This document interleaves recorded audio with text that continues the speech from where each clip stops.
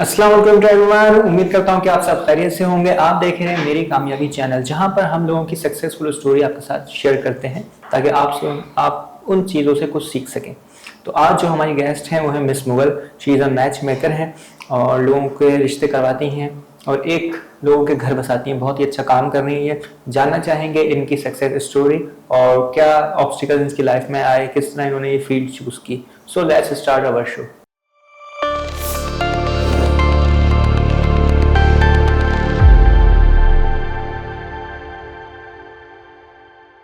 अस्सलाम वालेकुम। वालेकुम अस्सलाम।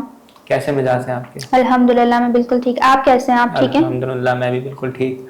अच्छा, मुझे ये बताइएगा ये आप मैच मेकर कैसे बनी और इस फील्ड को क्यों चूज किया आपने? इस फील्ड को क्यों चूज किया? काफी अच्छा क्वेश्चन है, क्योंकि हमारे सराउंडिंग में जब हम पढ़ रहे थे, हम अपनी एजुकेशन यूनिवर्सिटीज कॉलेज जब हमारी लाइफ थी तो उसमें हम देख रहे थे कि बहुत सारा लोगों को ना फेस करना पड़ता है। अगर किसी में थोड़ी सी भी डिसेबिलिटी है या किसी को कॉम्प्लेक्शन का मसला है तो उसमें लड़कियों को काफी ज्यादा फेस करना पड़ता था प्रॉब्लम। इवन मेरी खुद के क्लासमेट और दोस्तों को भी बहुत ज्यादा। तो इवेंचुअली ऐसा हुआ कि मेरी जब शादी हुई और मैं जब अपने हस्बैंड से मिली तो मुझे उनकी तरफ से मतलब ये, क्योंकि उस टाइम पे 2015-14 में इतना ज्यादा स्कोप सोशल मीडिया व्हाट्सएप और फेसबुक वगैरह का नहीं था। तो फिर हम इसको डिजिटल वे में लेकर आए 2019 एंड 2020 में हम इसको डिजिटल वे में लेके आए करते करते नाउ इट्स कंप्लीट अल्हम्दुलिल्लाह 10 ईयर प्लस इसका हमारे पास जो है वो एक्सपीरियंस हो गया और काफी अच्छा हमें फीडबैक मिलने लगा आवाम की तरफ से। तो उससे हमें पता चला कि आजकल के दौर में इसकी कितनी ज्यादा वैल्यू है और ये कितना इंपॉर्टेंट और कितना जरूरी हो गया है। अच्छा, आपका जो इदारा है वो उसका किस हवाले से काम कर रहा है? क्या नाम है उसका? मैट्रिमोनियल। मैं आपको बताऊं एक चीज कि हमारा जो कंपनी है मुस्लिम मैट्रिमोनियल वो 3 पर्पस पे वर्क कर रहा है। First match making, second matrimonial consultation and third match making के ही हवाले से हमारी मैरिज काउंसलिंग होती है जो शादी के बाद होती है। तो हम इन तीनों की सर्विसेज देते हैं जिसमें हमारी 2 सर्विसेज बिल्कुल फ्री ऑफ कॉस्ट होती हैं और 1 सर्विसेज के चार्जेस हो जो कि पेड होती है, जो पर्सनलाइज मैच मेकिंग सर्विसेज होती हैं। तो वो जो है वो हमारी सर्विसेज पेड होती हैं क्योंकि हमारे जो मैच मेकर्स होते हैं वो प्रॉपर ऑफिस बेस्ड आपके लिए वर्क कर रहे होते हैं, आपको सर्विसेज प्रोवाइड कर रहे होते हैं, आपके लिए वक्त होते हैं 10 घंटे जिनको स्पेशली टीम अलग से मॉनिटर कर रही होती है। तो आपके इदारे की कोई एप्लीकेशन वगैरह नहीं, हमारी प्रॉपर एक वेबसाइट है muslimmatrimonial.com.pk जिसमें हमारे अपने कंसल्टेंट यूएस से भी हैं, यूके से भी हैं, फ्रांस से भी हैं, ऑफिस बेस्ड हमारा पाकिस्तान में है, वर्ल्ड वाइड हम डील करते हैं अल्हम्दुलिल्लाह। जिसमें आज तक हमें कभी नेगेटिव फीडबैक हमारी अवाम क्लाइंट की तरफ से हमें उस पे में नहीं मिला कि हमने कोई मैच कराया और मिसहैप हुआ, नथिंग। लेकिन हम कभी भी इस चीज को प्रमोट नहीं करते कि आप अपनी वेबसाइट को जाकर या अपनी प्रोफाइल को बना के किसी वेबसाइट किसी ऐप पर उसको अपलोड करें। नो, हम समझते हैं कि आजकल एआई का दौर है, ठीक है, हर इंसान को चाहिए, हर कोई बेटी वाला है, हर लड़के भी और लड़कियां भी, दोनों के लिए आजकल छोटे से छोटी इन्फॉर्मेशन पे बहुत सिक्योरिटी। आपको भी तो पता, आए दिन आप भी तो न्यूज में सुनते रहते हैं कि छोटी छोटी चीजों से कितने बड़े बड़े मिसहैप हो जाते हैं। तो इसीलिए हमने ऐसे स्टाफ स्पेशली स्पेसिफिक कर रखे हैं जो कि आपकी प्रोफाइल को पहले डील करेंगे, आपको समझाएंगे कि ये चीज है, देखिए सर आपके लिए ये चीज बेहतर नहीं है, ये चीज बेहतर है, ठीक है, ये आगे जाके आपके लिए मसला क्रिएट करेगी। फिर वो कंसल्टेशन जो है वो हमारी फ्री करने के बाद फिर वो आपको प्रोसेस बताते हैं कि आपके लिए कौन सी मैच मेकर बेटर रहेंगी और आप किस तरह की सर्विसेज लें। वो प्रॉपर आपको रेशियो बता देते हैं कि भाई इतने % आपका मैच हमारे पास से डन होगा, इतने % नहीं होगा। So that's this. अच्छा, आप ये क्या समझते हैं कि आज के दौर में जो इंडिपेंडेंट वुमेन है, वर्किंग वुमेन है, उसके लिए रिश्ता ढूंढना बहुत मुश्किल हो चुका है? हाँ तो बिल्कुल। हाँ, इंडिपेंडेंट वुमेन और जो वर्किंग वुमेन है, चाहे वो कोई बिजनेस करी या जॉब करी, उनके लिए रिश्ता ढूंढना इसलिए मुश्किल हो गया है क्योंकि जो घरों में लोग बैठे हुए थे उनकी तब उस वक्त इतनी हाई रिक्वायरमेंट नहीं थी, उनकी अब और ज्यादा ओवर हाई एक्सपेक्टेशंस हो गई हैं। तो ओवर हाई एक्सपेक्टेशंस की वजह से ऐसे भी नहीं है कि मतलब अगर देखा जाए 10 to 15% लोग ऐसे भी हैं जो कि इंडिपेंडेंट वुमेन काम कर रही हैं, जॉब कर रही हैं, काम कर रही हैं, लेकिन फिर भी वो उनकी रिक्वायरमेंट्स इतनी ओवर हाई नहीं है। लेकिन मेजोरिटी जो देखा जा रहा है उनकी एक्सपेक्टेशंस बहुत हाई है। अगर लड़की कह रही है हमारे माशरे में कि मैं 1 लाख कमा रही हूँ तो ऑफकोर्स के लड़का 2.5-3 लाख अर्न करना चाहिए, 4 लाख अर्न करना चाहिए, एजुकेशन के एतबार से भी और इनकम के एतबार से भी। अच्छा, हमारे माशरे में डिवोर्स रेशियो ज़्यादा हो गया है, एंगेजमेंट वगैरह भी जो है वो उनके मिसहैप हो रहे हैं, तो इस पे क्या कहना चाहिए? डिवोर्स का रेशियो सबसे ज्यादा बड़ा है सिर्फ इस वजह से real life versus real life. इसका शॉर्ट्स अगर हम बताएं तो ये चीजें हैं, क्योंकि रियल लाइफ में कभी भी वो चीजें नहीं मिलती जो आपको रियल लाइफ में दिखाई जाती हैं। जब आप शादी करने जाते हैं और शादी से रिलेटेड जब आप रील्स देख रहे होते हो तो आपको भी लगता है कि नहीं हमारा इवेंट भी वैसे ही होगा, हमारा वेन्यू भी वैसे ही होगा, फलां का ऐसा था तो हमारा उससे ज्यादा होगा। दूसरी चीज, अगर आपकी पर्सनल लाइफ ऐसी है, अगर आपकी रियल लाइफ में जो है क्या नाम है आप शो कर रहे हो कि नहीं मेरे इतना यूं है, मेरे हस्बैंड मुझसे इतना प्यार करते हैं। आजकल आपने देखा होगा काफी ज्यादा इन्फ्लुएंसर वैसे आ गए जो कि अपनी डेली व्लॉगिंग जब करते हैं, बहुत सारे अच्छे भी हैं, बहुत सारे अच्छे भी हैं। तैयबा किरण मुझे पर्सनली बहुत अच्छी लगती है, शैम ग्लैम मुझे बहुत अच्छी लगती है, मैं देखती भी हूँ, बहुत इन लोगों को फॉलो भी करती हूँ। मुझे इनको देख के काफी मोटिवेशन मिलती है। मोटिवेशन मुझे इस सेंस से मिलती है, वो लड़कियां ऐसी हैं, वो अपना काम भी कर रही हैं, बाहर का भी देख रही हैं, घर भी देख रही हैं, घर में हर चीज बड़ा प्रेजेंटेबल होकर मेंटेन होकर चलाती हैं। तो अगर आप किसी की अच्छी चीज पिकअप कर रहे हो दैट्स गुड, लेकिन गलत कहाँ होता है कि हम जब कंपैरिजन पे उतर आते हैं। ठीक है, अब बहुत सारे लोगों ने रजब भट्ट की शादी देखी, रजब भट्ट की शादी देखने के बाद लोगों ने, कितने इन्फ्लुएंसर्स ऐसे हैं जो कि उनको खुद भी कॉपी कर रहे थे। आजकल काफी एक नया ट्रेंड हमारे पाकिस्तानी टिकटॉकर रविका हो गई, दूसरी हो गई, वहीं से ही निकल कर आया शादियों में नाचने का कंटेंट, जबकि मुझे इसमें कोई सेंस नजर आती नहीं है, बिल्कुल ही कोई बेकार सा ही है। कोई टॉपिक अगर देखा जाए ना इसका कोई जरूरत है ना कुछ है, लेकिन हर बंदा नाच रहा है। अब डिवोर्स का रेशियो इसलिए ज्यादा हो गया कि आप पर्सनली हर चीज को, आज तो आप रेड फ्लैग इग्नोर करते हो, दूसरा हर चीज को, अपनी रियल लाइफ को आप अपनी रियल लाइफ के साथ कंपेयर कर रहे हो। जब आप कंपैरिजन खत्म कर दोगे ना तो चीजें खुद ही सॉर्ट आउट होना शुरू हो जाएंगी। अच्छा, तीसरी चीज इसके अलावा सबसे इंपॉर्टेंट जो मैंने एक नोट की है, जैसे सहर हयात का और समी का केस था, ठीक है, इसमें मैंने जब इन लोगों की बातें सुनी, सहर का स्टेटमेंट भी सुना, समी का भी स्टेटमेंट सुना, अच्छा कस्में दोनों खा रहे थे, लेकिन पता नहीं क्यों मुझे ऐसा फिर भी लगा कि सहर शायद सही बोल रही थी। अगर निकाहनामे पे हक मेहर वाली बात पे वो 2 करोड़ से 50 लाख, 50 से 5 लाख, तो आपको रेड फ्लैग का सिग्नल वही मिल गया था। आपको चाहिए था कि आप उसको नोटिस लेती, और इसी तरीके से आपको छोटे छोटे रेड फ्लैग के सिग्नल्स और मिले होंगे। हम क्या करते हैं, उसको इग्नोर कर देते हैं। इग्नोर नहीं करना चाहिए। इस तरीके से तो ईमान को भी रजब की तरफ से मिले होंगे। ईमान को तो पहले से पता था ना कि वो फैमिली ब्लॉगर है, वो फैमिली ब्लॉगिंग करता है, उसका क्या काम है, क्या पर्पस है। जो चीज दूसरों को नहीं पता होगी वो ईमान को तो पता होगी। हो सकता है उसने भी इस तरीके से कोई रेड फ्लैग जो है वो इग्नोर किया।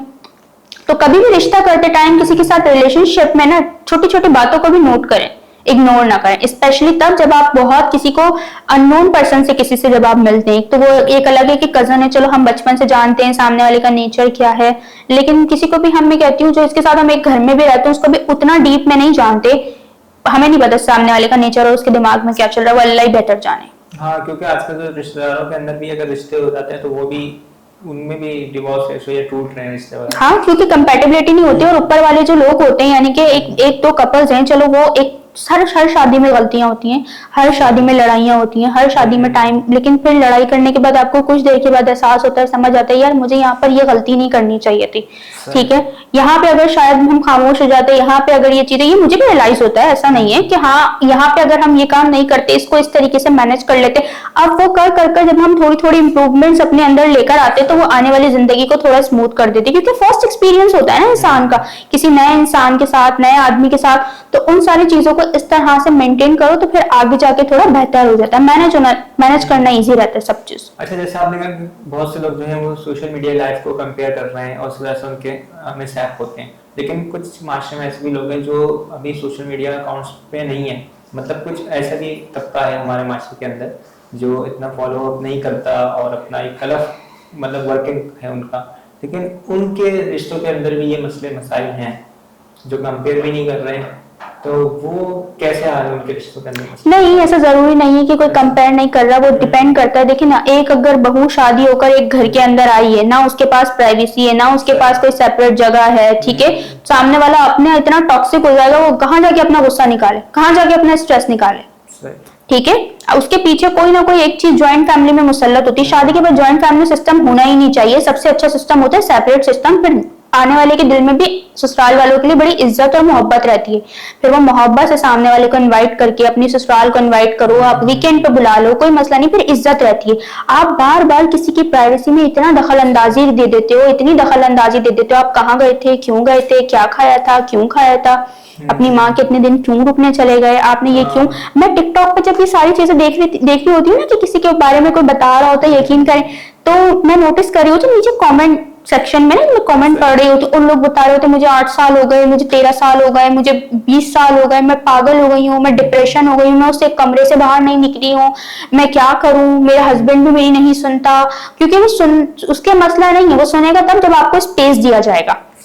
बहुत क्वालिटी टाइम होता है शादी के बाद, 1 से 2 साल के बीच का जो टाइम होता है बहुत क्वालिटी टाइम होता है। आपको पता लगता है सामने वाले की डीप की उन आदतों का कि जो आपने उस वक्त नहीं देखी होती। बेशक आप सारा दिन सारी रात ही सामने वाले के साथ हो, ठीक है, फिर आपको पता लगता है अच्छा बीवी में मेरे ये भी शऊर है कि वो कपड़े भी धोती है, वो प्रेस भी करती है, वो खाना भी बनाती है। बेशक खाना 19-20 बन रहा है लेकिन वो बना रही है, वो जिम्मेदारी समझ रही है। फिर बीवी शौहर को अंडरस्टैंड करती है, नहीं यार मेरे साथ बहुत कोऑपरेट करते हैं, चीजें देखते हैं, मैनेज करते हैं, फिर इस तरीके से घर की गाड़ी चलती है। तो वही, लेकिन ज्वाइंट फैमिली सिस्टम में वो दोनों को समझने का मौका ही नहीं मिलता।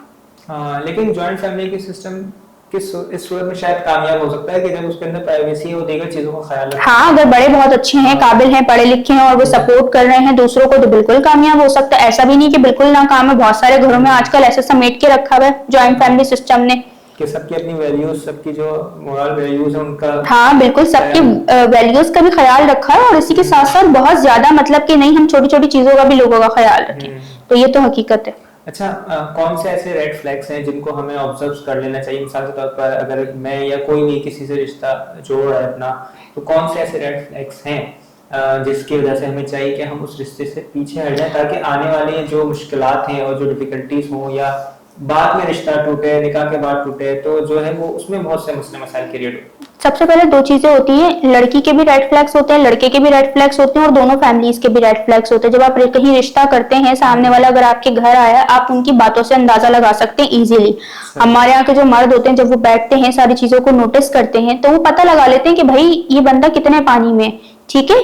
एक इंसान है, वो अखलाक के साथ सारी चीजें आपको सही सही बता रहा है, इतना तो आप भी जज कर सकते हैं, आपको इजीली पता लग जाता है। मेरे पास कोई बंदा आता है, मैं सुबह से शाम इतने लोगों को डील कर रही होती हूँ और इतने लोगों से बात कर रही होती हूँ, हर उम्र का तबके का बंदा मेरे पास होता है, तो मुझे पता लग जाता है ये बंदा यहाँ झूठ बोल रहा है, यहाँ ये सच कर रहा है। लेकिन फिर भी जैसे कोई इंसान अपनी इनकम के बारे में आपसे झूठ बोल रहा है, कोई इंसान अपने काम के बारे में आपसे झूठ बोल रहा है। समटाइम ऐसा होता है लोग अब्रॉड में जॉब कर रहे होते हैं, फिर वहां से वो सब कुछ खत्म करके पाकिस्तान आ जाते हैं, शादी वादी कर लेते हैं, उसके बाद फिर वो यही होते हैं, तो वो झूठ बोलते हैं। चीजों को देखना, वेरीफाई करना, रेड फ्लैग्स लड़कियों को स्पेशली, जब वो आपस में, आप लोग आपस में अगर बात कर रहे हैं, फियांसेस आपस में बात कर रहे हैं, कि सामने वाले की बातों को जज करना, उनकी चीजों को देखना कि वो आपसे क्या क्या चीजें की डिमांड कर रहे हैं, रिक्वायरमेंट्स कर रहे हैं, उनकी गुड एंड बैड हैबिट्स क्या है, कितने एग्रेसिव है, कितनी जल्दी गुस्सा आ जाता है, कितने काम उसके हैं, हर चीजों को देखना। अगर सामने वाला सिर्फ आपसे डिजर्व भी कर रहा है कि मतलब आप मुझे ही दो सारी चीजें, चाहे वो कुछ भी हो, और आपको उसमें कुछ नहीं, बैक में कुछ नहीं दे रहा आपको, तो फिर वो सबसे बड़ा रेड फ्लैग है।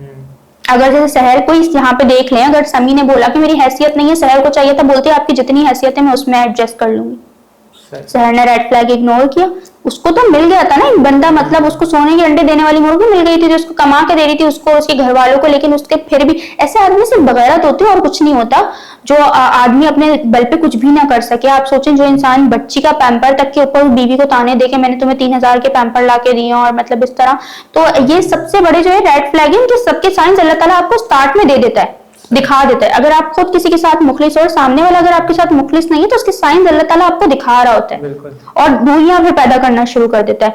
लेकिन अगर आप किसी के लिए मुखलिस और सामने वाला भी आपके साथ मुखलिस है, तो दिल गवाही देता है आपका अंदर से कि नहीं यार, बोलने दो लोगों को, मेरा दिल यहाँ पे बड़ा मुतमईन है, मैं बहुत सेटिस्फाइड हूँ, तो वो आपका दिल भी गवाही दे देता है।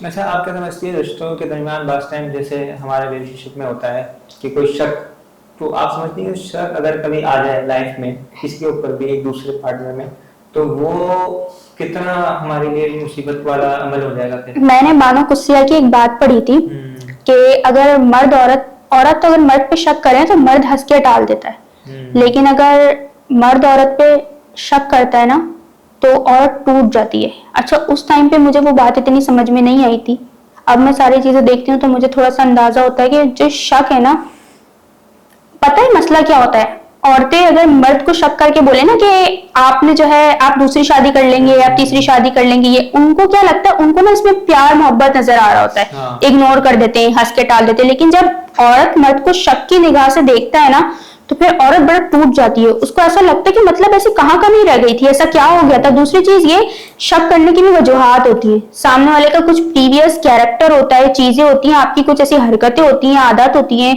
कि बहुत सारे लड़के लड़कियां ऐसे होते हैं जिनको शौक होता है बाहर की एक्स्ट्रा दोस्ती यारियां पालने की। हाँ, जब से शादी हुई है जो अपनी खुद की कॉलेज लाइफ की भी दोस्तियां थी उनसे भी दोस्ती खत्म हो गई, क्योंकि सब अपनी अपनी लाइफ में इतने बिजी हो गए, सबकी शादियां हो गई, सबके बच्चे हो गए, तो टाइम ही नहीं मिलता किसी के पास कि इतना जाओ किसी से मिलो बैठो। हाँ भाई, कभी कभी हेलो हाय हो जाती है, ठीक है, उन्होंने स्टेटस देख लिया, बातचीत कर ली, लेकिन आप किसी के साथ इतना डीप में लगे हुए हो कि अपने घर के अंदर उन दोस्तों को घुसेड़ लिया है कि मतलब वो छोटी छोटी बातों में आपको बोले, बात करें। तो मतलब इस तरह देखिए, शक की ना वजूहात होती है, शक भी वहां होता है जहां आग लगेगी वहीं तो धुआं उठेगा ना, बिला वजह कोई किसी बात का नहीं करता शक। अच्छा, इसमें ये भी सिनेरियो ऐसा होता है ना कि मिसाल के तौर पर अगर किसी ने अपना क्लियरिफिकेशन दे दी, सही क्लियरिफिकेशन दे दी कि भाई ये मामला नहीं है, अब उसको चाहिए बंदे को कि यार ये मैं इसके साथ मुझे लाइफ गुजारनी है, आगे का मसला है, अब मैं इसको पास समझ के इग्नोर करके we were going into future, तो लेकिन वो चीजें उनको हजम नहीं हो पाती, तो उस पे आप क्या कहना चाहिए? उसके पता क्या है कि वो वाली बात है कि आप फिर भी निकाल दें कितनी भी बात दिमाग से, लेकिन वो इंसान के दिमाग से निकलती नहीं, कहीं ना कहीं उसको बार बार वो हिट करती रहेगी कि नहीं प्रीवियस में ऐसा हुआ था, नहीं प्रीवियस में ऐसा हुआ था। कोई भी अगर ऐसी बात है, मैं तो मशवरा ये दूंगी कि मैंने जहां तक अभी इतने भी केसेस में देखा, जो भी सिनेरियोज लाइक दैट इस तरह के हो, तो वो लाजमी सी बात नहीं कि आप डिस्कस करें या डिस्क्लोज करें, वो एक अलग चीज है कि किसी के सामने आ जाए। और अगर आपकी शादी हो गई, आप सिंसियर हैं आप सामने वाले के साथ, तो फिर जाहिर सी बात आप उस लाइफ को उसी तरीके से कंटिन्यू रखें, फिर सामने वाले को भी धोखा देने वाली हरकत ना करें। अगर आप धोखा देंगे तो धोखे का अंजाम तो फिर धोखा ही होगा ना। हाँ, मतलब ऐसा अगर कोई केस वैसे तो डिस्कस में मैंने ऐसा देखा है बहुत सारे लोगों को, जो लोग लड़के शादी करते हैं या लड़कियां शादी करती हैं, बहुत सारी लड़कियां भी ऐसी प्ले गर्ल्स टाइप होती है ना कि मतलब इससे भी पैसे ले लूं, इससे भी चीजें ले लूं, इससे भी लोग, बाद में जब वो शादियां करती है ना तो उनको बंदा भी उन्हीं के कैरेक्टर की तरह मिलता है, उनको बंदा भी फिर बिल्कुल वैसा ही मिलता है। तो मैं नहीं समझती कि मतलब अगर आप किसी को धोखा देने की नीयत अगर आप रखोगे, आपकी नीयत ही खराब है, तो फिर आपके साथ भी अच्छा तो कहीं पे भी नहीं होगा ना। बिल्कुल, यानी कि जो जैसा बंदा होता है उसके हिसाब से उसको अल्लाह ताला वैसे ही लोग टकरवाता है, ये तो अल्लाह ताला का कानून है ना। बिल्कुल ये। अच्छा, जैसे आजकल इतने सारे मैच मेकर्स हैं, तो इसमें हम कैसे आइडेंटिफाई करें कि कौन रियल है? इसका सबसे अच्छा तरीका ये है कि सामने वाला, अच्छा ये क्लाइंट्स भी आते हैं तो हमें बताते हैं कि हमने इतना जगहों पे पैसे दिए और हमारे साथ स्कैम हो गया, फ्रॉड हो गया। सबसे अच्छा मैं क्लाइंट्स को हमेशा एक बात कहती हूँ कि आप ये तो देखें कि सामने वाले का काम करने का तरीका, पर्पस क्या है, वो कहाँ बेस्ड है, किस तरह से वो काम कर रहा है। अल्हम्दुलिल्लाह कुछ ऐसे भी लोग हैं वो इतने एजुकेटेड होते हैं, इतने अच्छे होते हैं कि मतलब वो आते हैं, बैठते हैं, अपनी प्रोफाइल डिस्कस करते हैं, मुझसे बातचीत करते हैं, जो भी चीज होती है अपने पैकेजेस सिलेक्ट करते हैं, अपनी सर्विसेज एक्टिवेट करवा लेते हैं, दैट्स इट, उनकी मैच मेकिंग स्टार्ट हो जाती है। लेकिन कुछ लोग जो उनको बहुत ज्यादा ट्रस्ट इश्यूज होते हैं, वो इसलिए कि हमारे इर्द गिर्द हजारों मैच मेकर्स हैं, ठीक है, हर बंदा मैच मेकर बना हुआ है, ठीक है। मैच मेकिंग करना प्रोफाइल एक्सचेंज करने का नाम नहीं होता है कि प्रोफाइल उठाई और उठा के सामने वाले को दे दी, ठीक है, ये मैच मेकिंग नहीं है। पूरी एक टीम होती है जो आपके लिए बैठ के सुबह से शाम सर्चिंग करती है, वर्किंग करती है, एफर्ट होती है आपके ऊपर, पूरी टीम उस तरीके से काम कर रही होती है। जब वो काम करती है तब जाकर वो रिस्पॉन्स रिजल्ट आपके रिक्वायरमेंट के अकॉर्डिंग निकल कर आता है। अब एक बंदा होम बेस्ड, उसने मैच मेकिंग में आपको बोला जी बिल्कुल 10,000 पे कर दें, 5,000 पे कर दें, उनको आप हमारे साथ कंपेयर करें तो ये तो बिल्कुल भी सही नहीं है ना, जस्टिफाई नहीं है। हमारा प्रॉपर एक बेस्ड ऑफिस है, हमारा क्राइटेरिया है, तरीका है, टीम है, चीजें हैं, सारी स्टाफ अब्रॉड में है, यूरोप में है, उनकी सारी डिटेल्स वेबसाइट पे मौजूद है। तो आप एटलीस्ट उन सारी चीजों को वेरीफाई तो करें कि यार ये लोग ऑथेंटिक है भी या नहीं है। हम इनको कंपेयर किसके साथ करें? और भी लोग ऑफिस लेकर काम कर रहे हैं लेकिन उनको इतने नेगेटिव कमेंट्स मिले हुए हैं क्योंकि उनका काम करने का वे और पर्पस ही सही नहीं है। अच्छा, इंटरनेशनल जो आपके पास रिश्तेदार आते हैं, आप उनको किस तरह टैकल करते हैं और उनका क्या सिनेरियो होता है? हमारे अपने जो स्टाफ है ना, वो ज्यादातर हमारे जितने भी इंटरनेशनल क्लाइंट्स होते हैं वो फर्स्ट प्रायोरिटी पे उन्हीं को कोशिश करते हैं कि हम अप्रोच करें, और कुछ ऐसे होते हैं जो कि डायरेक्ट मुझसे बात करना ज्यादा मुनासिब समझते हैं, ठीक है, तो वो मुझसे भी डायरेक्टली कांटेक्ट कर सकते हैं और वहां पर भी अप्रोच कर सकते हैं। तो उसका भी कोई ऐसा मसला नहीं है, कंसल्टेंट होते हैं वो डील करते हैं, सारा प्रोसेस और क्राइटेरिया बता देते हैं। आप पाकिस्तान बेस्ड स्टाफ के पास भी कांटेक्ट कर सकते हैं, इंटरनेशनल के पास भी कांटेक्ट कर सकते हैं और खुद मुझसे भी कांटेक्ट कर सकते हैं, वो भी मसला नहीं है। अच्छा, आप क्या समझती हैं कि जैसे इंडिपेंडेंट वुमेन है तो उसके लिए इस टाइम थोड़ा सा मुश्किल हो जाता है, क्योंकि लोग कहते हैं भाई ये खुद कमाती है और जब कमा रही है तो फिर उसके अपने मसले मसाइल हैं, तो उसको बात लोग फेमिनिस्ट भी कंपेयर करते हैं। हाँ बिल्कुल करते हैं, लेकिन रीजन यही है कि एक इंसान, हर लड़की आज के दौर में जॉब कर रही है, कमा रही है। मेरे पास खुद फीमेल्स बेस्ड स्टाफ है। हर लड़की का कोई ना कोई सिचुएशन ऐसी होती है कि उसने फैमिली को सपोर्ट करना है, घर को देखना है, घरदारी को। मैं खुद कुछ लोगों की सिचुएशन सुन के हिल जाती हूँ कि मतलब ऐसे भी लोग हैं यार दुनिया में। तो अगर लड़की कमा रही है, अर्निंग कर रही है, तो वो इसमें कोई इतनी कोई बैड वाली बात नहीं है। बट ये होता है कि उसकी वजह से बहुत टाइम समटाइम लड़कियों के घर डिस्टर्ब हो रहे होते हैं। अच्छा, मैं एक और केस आपसे थोड़ा डिस्कस उस पे रहनुमाई लेना चाहूँगा कि जैसे हमारे माशरे में भी हम डिस्कस करते कि डिवोर्स रेशियो ज़्यादा हो गया, तो इसको हम किस तरह ओवरकम करें। और जो हमारे पास एक केस था उसमें ये है कि जो शादी ज़्यादा दिन चल नहीं पाई, एक शुरू के 2-3 महीने ही चली और फिर जो है वो अंडर हो गई। और मतलब ये कि ट्रस्ट इशू और बातें इधर की उधर, तो ये मसले मसाइल हम इनको कैसे टैकल कर पाएं। सबसे अच्छा शॉर्ट इसका मैं बताऊं तो जो निभाने वाले होते हैं वो निभा जाते हैं, जिनको जान छुड़ानी होती है वो जान छुड़ा लेते हैं। दूसरी चीज सबसे अच्छी, अगर मैं आपको एक बात बताऊं, एक इंसान है अगर वो कांटेक्ट किसी के साथ उन्होंने किया और शादी, देखिए 2 महीने चलने वाली शादियां ज्यादा भी नहीं कि वो अरेंज होती हैं, वो लव भी होती हैं, ठीक है। क्योंकि उसमें मसला यही होता है कि आपने जो अपने पार्टनर से एक्सपेक्ट किया होता है आपको वो चीज नहीं मिल रही होती, तो फिर आप एग्रेसिव होते हैं और उसके बाद फिर आप अपनी फ्रस्ट्रेशन सामने वाले पे निकालते हैं, तो फिर आप उसको बड़े बदतमीज और मतलब इस तरह के नजर आते हैं। मैं दोनों तरफ से बात करूंगी, चाहे वो लड़के हों या लड़कियां हों। सम टाइम लड़के चाहते हैं कि उनकी जो फीमेल हो, मतलब जो वाइफ हो, वो ऐसी हो कि पूरा प्रॉपर तरीके से घर को होल्ड करें, लेकिन लड़कियां ऐसी आ रही हैं आजकल जिनको घरदारी का पता ही नहीं। देखिए बेसिक चीज तो नॉलेज तो होनी चाहिए ना एक इंसान को। आप कितने ही इंडिपेंडेंट क्यों ना, एटलीस्ट बेसिक घरदारी तो पता हो आपको। नहीं आप करें, खाना बनाए, नहीं जाए भाई, नहीं कोई मसले है, लेकिन आपको नो हाउ तो हो। कभी अगर आपको सेपरेट होना हो, अगर आप सेपरेट होती भी है तो एटलीस्ट अगले बंदे को लगे तो कि यार वाकई में अगर आपने शादी की आप इतने मिच्योर तो हो जाओ कम से कम कि अपने घर को तो संभाल सको, घर को ना सही आप अपने शोहर को तो संभाल सको। तो इंडिपेंडेंट होने के साथ साथ एटलीस्ट घर को देखना बहुत इंपॉर्टेंट होता है। मैं एक चीज और देखता हूँ हमारे माशरे में, जैसे वो है कि जो भी घर के मसले मसाइल होते हैं वो डायरेक्ट अपनी अम्मा को फोन कर रहे होते हैं, वो सब डिस्कस कर रहे होते हैं, वहां से ट्यूशन ले रही होती है। इस पे क्या कहना चाहिए? देखिए वो तो डिपेंड करता है ना कि घर वाले उनको क्लासेस देते हैं तभी तो वो वहां पर जाती हैं। घर वाले भी तो कहते हैं ना कि हाँ ठीक है, हमें आके बताओ आज तुम्हारे साथ क्या हुआ, क्या चीजें हुई।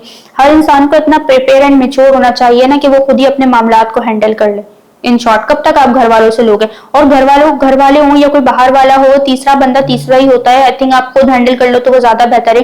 गुस्सा अगर आप उस वक्त थोड़ा सा कम कर लो तो कोई ऐसे मसले वाली बात नहीं है, लेकिन जो ले रहे होते हैं फिर मैंने ऐसे लोगों को बचते हुए देखा नहीं है। बहुत से मसले मसाइल क्रिएट हो जाते हैं। हमारे यहाँ तो यही है कि वो उसको सॉर्ट आउट करने के बजाय और जो उलझाते हैं। एक ये और एक दूसरा कि भाई उसने मेरी इज्जत नहीं की। ये सवाल ज्यादा होता है। इज्जत ना करने के पीछे क्या आपने अपनी इज्जत करवाई? क्या आपने अपनी इज्जत करवाई? आप सामने वाले को इज्जत तो दें पहले, तो सामने वाला बेवकूफ नहीं है जो आपके मुंह पे जूता मारेगा। ठीक है, अगर आपकी वाइफ गुस्सा कर रही है कोई चीज तो आप पहले देखें तो क्या गुस्सा करने के पीछे आपने कोई कारण ऐसा क्रिएट किया है कि उसको गुस्सा है? सीधे सीधे बैठे आदमी को क्यों गुस्सा आएगा? बेशक एक इंसान पागल ही है कि क्यों गुस्सा आएगा? आप उसको इस तरह का कुछ ना कुछ तो क्रिएट कर रहे होंगे ना, आप सुन नहीं रहे होंगे ना, तो सुने ना, पहले 1 मिनट बात तो सुने, देखे तो फिर उसके बाद मौका दें, उसके बाद फिर आप बात करें कि यार मैंने इज्जत दी थी लेकिन बदले में मुझे जवाब देखो कैसा मिला। So that's. अच्छा, इन द एंड आप मुझे बताएं कि एक मतलब सक्सेसफुल लाइफ के लिए, मतलब शादी के बाद उसको किस तरह हम टेक अवे कर सकते हैं आगे जाके अपने फ्यूचर में? एक दूसरे की सुन के, मसला मशवरा करके, मुशावरत आपस में करके, प्लानिंग करके। सबसे अच्छी प्री प्लानिंग के बिना तो आप शादी ना करें तो मेरा ज्यादा बेहतर। और प्लान आप अपने पार्टनर के साथ करें, घर वालों के साथ डिस्कस ना करें। डिस्कस करें, बैठें, बताएं आगे फ्यूचर प्लान क्या है, बच्चों का प्लान क्या है, घर का क्या प्लान है, चीजों को किस तरीके से आगे लेकर चलना है, फ्यूचर के बारे में बात करें। अगर आप अपने फ्यूचर और घर के बारे में सोचेंगे आपको पता लगेगा यार मेरे पास इतना काम है, मेरे पास तो इतना फारिग टाइम ही नहीं कि मतलब मैं खाना और घर वालों के भी मसले में पढ़ूं। आपको रियलाइज होगी ये चीज, हम इतना बिजी हो जाएंगे, इतना बिजी शेड्यूल कर लेंगे, क्योंकि खाली दिमाग शैतान का घर, सब फारिग होते हैं। तो एक दूसरे को हर बंदा मशवरा देने के लिए बैठा हुआ है। तो आप अपने आप को प्लानिंग में और अपने काम में इतना बिजी कर लें कि आपके पास टाइम ही नहीं होगा। अच्छा, मैं तो देखता हूँ हमारी एक और मसले मसाइल है कि लोगों के तो रस्मों पे और इन चीजों के ऊपर भी रिश्ते टूट जाते हैं। बिल्कुल टूटते, वो फैमिलीज की समटाइम एक्स्ट्रा डिमांड्स होती हैं दोनों तरफ से। हो सकता है लड़की वालों की भी डिमांड्स हो सकता है लड़के वालों की भी डिमांड्स हो। आजकल वो जमाना नहीं है लोग बेटियों को हाथ जोड़ के देते थे, बिल्कुल भी नहीं, इस तरह नहीं होता। डिमांड्स के ऊपर डिपेंड करता है। मैंने खुद ऐसी कई एंगेजमेंट्स अपने दोस्तों की और वैसे देखी हैं, लोग इतनी हाई फाई डिमांड्स रख रहे होते हैं, तो स्टार्टिंग में ही ना मैंने कहा वो लोग रेड फ्लैग जज कर लेते हैं, दोनों में से कोई एक पार्टी तो गलत होगी ना। फिर उनको एहसास होता है कि यार आगे जाके बड़ा नुकसान उठाने से बेहतर है कि हम यहीं पर ही बैकअप कर लें। Thank you very much ma'am, आपका बहुत शुक्रिया कि आपने अपना कीमती का समय दिया। It's on honour for me and for my entire team. और बहुत अच्छा लगा और बहुत कमाल की बातें आपने की और बहुत ही इंफॉर्मेटिव नॉलेज हमारे साथ शेयर की, जो कि हम जब आगे रिश्ता करने जाएंगे तो उसमें भी कामयाबी आएगी और जो हमारे ऑडियंस है उनके लिए भी। तो भाई रिश्ते में जब आपको रेड फ्लैग नजर आए तो आप उनको ग्रीन फ्लैग दिखा दें कि थैंक यू वेरी मच, आपका बहुत शुक्रिया। मिलते हैं आपसे फिर किसी नेक्स्ट एपिसोड में, तब तक के रखिएगा अपना ख्याल। अल्लाह हाफिज।